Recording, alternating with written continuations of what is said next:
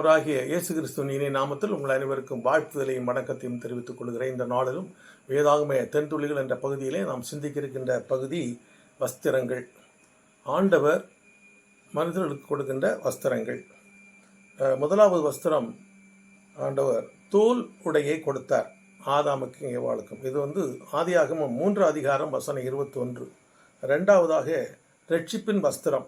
இது ஏசாயா 61 வசனம் 10 சொல்லப்படுகிறது. மூன்றாவது நீதியின் சால்வை.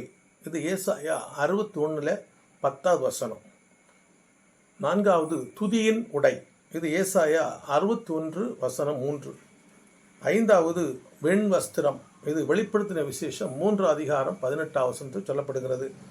ஆறாவது சுத்தமும் பிரகாசமுமான மெல்லிய வஸ்திரம். இதுவும் வெளிப்படுத்தின விசேஷம் 19 அதிகாரம் 8வது வசனம் சொல்கிறது.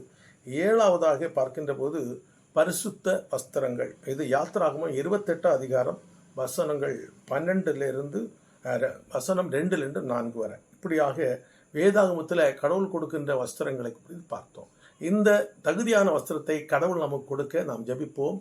கடவுள் கொடுக்கின்ற பரிசுத்த வஸ்திரங்களை பெற்று பரலோக ராஜ்யத்தின் பங்காளியாக மாறுவோம். கர்த்தர் தாமே உங்களை ஆசீர்வதிப்பாராக. ஆமென்.